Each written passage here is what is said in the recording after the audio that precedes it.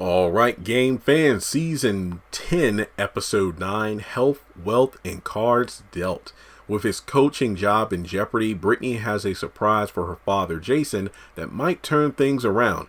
Jameson asks Brittany out, but it quickly turns into a double date with Garrett and Raquel at the skating ring, and Malik reconnects with a former teammate. So guys, thanks so much for tuning in. We are closing in on the season finale of the game, season 10, on Paramount Plus. So before moving forward in the video, make sure you take a moment to hit the thumbs up button to show you like it. Hit subscribe as we move closer to 200 subscribers here on the channel. Follow me on social media. Links are in the description. And in order to keep up with the content, make sure you take a moment to hit the bell icon and select all. That way you keep up to date whenever I post videos or do live streams. So I'm giving this episode a 7 out of 10. I did enjoy it, but it did feel like, since it's the penultimate episode of the season, a lot of elements kind of felt forced into the story in order to build up for the finale. And I'll talk about this more when I do a video going over my thoughts on season 10 as a whole. It's the fact that a lot of things kind of just happen out of nowhere for the sake of building tension. And when these things happen, you know it's kind of only done due to the fact that since the season is so short, there's only so much time that the script can allow for development on certain things, because the last scene of this episode is like, holy crap. Keep in mind, I watched episodes 9 and 10 back to back. That's why I didn't do episode 9 last week and then episode 10, well, the prior week. But it just seems to me that it was definitely building towards something, but it's like, okay, we're probably not going to talk about this more until season 11. But in any case, this episode, like the synopsis said, is the full episode about Jason. He did pop up at the very end of episode 8, but in this episode, he and Brittany have a lot of screen time together. We see him with Malik, basically due to the fact that Jason is now head coach of the Sabres. I don't know if he became the coach during the BET days. Remember, I only watched like season 4 and 5 and a little bit of 6, and that's it. But Jason, he's dealing with a hard time because the Sabres aren't really doing great. Hence why his contract is in jeopardy as to whether or not he will get, an extended contract or a bigger contract deal with the team. It all depends on, what Irv and his people say. So from there, it turns out that Jason is actually going to be inducted into the Hall of Fame. And Kelly, who's not in the season because Brittany Daniels actually was going through a pregnancy at the time, she arranged for a fake Groupon commercial, which is just perfect for Jason to be a part of. Groupon commercial. Basically, he's there to film a commercial, which is to reveal that he is actually part of the Hall of Fame. So Brittany talks to Jason about the Jameson thing, because Jason actually finds out while he and Malik are chilling at a club that Jameson is a stripper. And, Malik just cannot let this go. It's like, haha, he's like, your girl's going out with a stripper. And it's funny because later on, Jason and Brittany have a talk about the Jameson thing, about, dating a football player. And, the fact that I'm not judging because he's an exotic dancer, because I did it too when I was in college to, make money, as well as, when I started playing. Which explains a lot, because if you go back to like the first couple seasons of the game, Kelly and Jason had that stripper pole in their bedroom because they were all about sex. So from there, we have a good scene where Jameson and Jason actually have a talk about the whole Brittany situation, and the fact that even if Jason asked Jameson not to see his daughter, that he couldn't say no to that, or he couldn't agree to those terms. It's the fact that Jason, he doesn't want his daughter to be involved with a professional football player, due to the fact that obviously he was one when he was a player, and he knows about all the ups and downs that come. It's like people who are in law enforcement, or they're in very stressful careers, and basically it takes a lot out of the marriage, because the anguish that comes from the field, sometimes that anger comes home. And we know what Jason was like when he was married to the early seasons of the game, we saw how he was with Kelly, and it's not the easiest thing. What's that saying? Heavy is the head that bears the crown. And sometimes the stress of the career can phase into the marriage, and he doesn't want his daughter to be part of it. He has this talk with both Brittany and Jameson, but he says, look, I'm going to hold you to that you said you're not going to do anything to hurt my daughter, but do me a favor. If you're going to see my daughter, make it where she's not a part of the ups and downs of this life. Basically, don't bring the negativity of the game to my daughter's front door. Basically, when you're going through something, don't make her a part of it. And as we see at the end of the episode, Jameson breaks that promise. It's literally like the end of The Amazing Spider-Man. It's like, don't make promises you can't keep. Yeah, but those are the best kind. But on the other part of the Jason side, I just love the fact where Jason shows he's still Jason Pitts. He gets the call from Irv. His contract is crap, so he decides he's not going to do it. He's not going to do the Groupon commercial or anything. He's just going to, you know how Jason is. It's like when he didn't make the, what was it? The fan favorite game in like season 1 where he doesn't make the cut, or was it season 2? I think it was season 1 where he doesn't make it to Miami game because the fans didn't pick him. And then he just wants to shut everything down. Like, he wanted to retire. He was no longer the happy-go-lucky captain that he was at the beginning of the season. Well, the beginning of the episode, where even though their team didn't win the season, he still like treated everybody for dinner and everything. He just wanted to just give up, and he gets into that same frame of mind. So Tasha speaks to him, and I just love how they did this, where there was an episode where Derwin came up, but there was a moment where he had time with both Malik and Tasha, and they did the exact same thing with Jason in this episode, where despite their differences, the banter between Tasha and Jason has not been lost whatsoever. Seeing these two go at it really took me back to the early seasons of the game, and I really love that. But basically, she lets it, be known that sadly, I had to ruin the surprise. You're going to make the Hall of Fame. You made the Hall of Fame. That's what this whole commercial is about. And your daughter needs to get some reassurance from you that she's not a complete failure.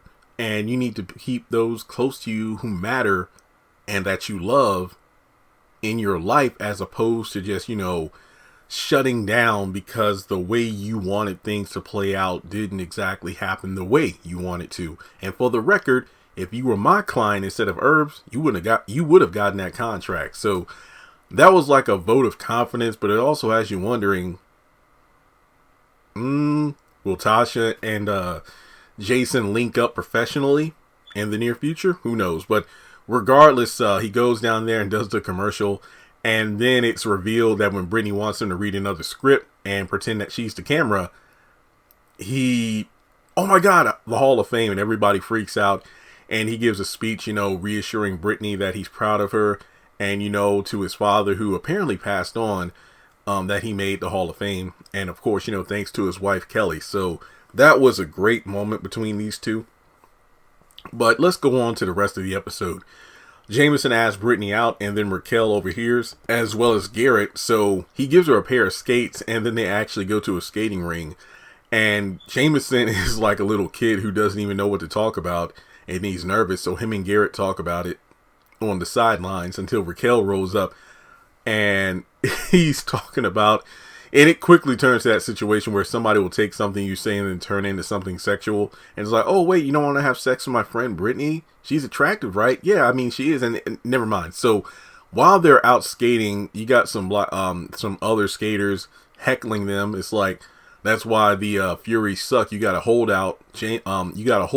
Garrett, who hasn't signed the contract, and Jameson, who's a jailbird. So I think there's a moment where one of the guys tries to run into Brittany or grab her from behind, and then Jameson pushed her out of the way. He falls and suffers injuries to his ankle.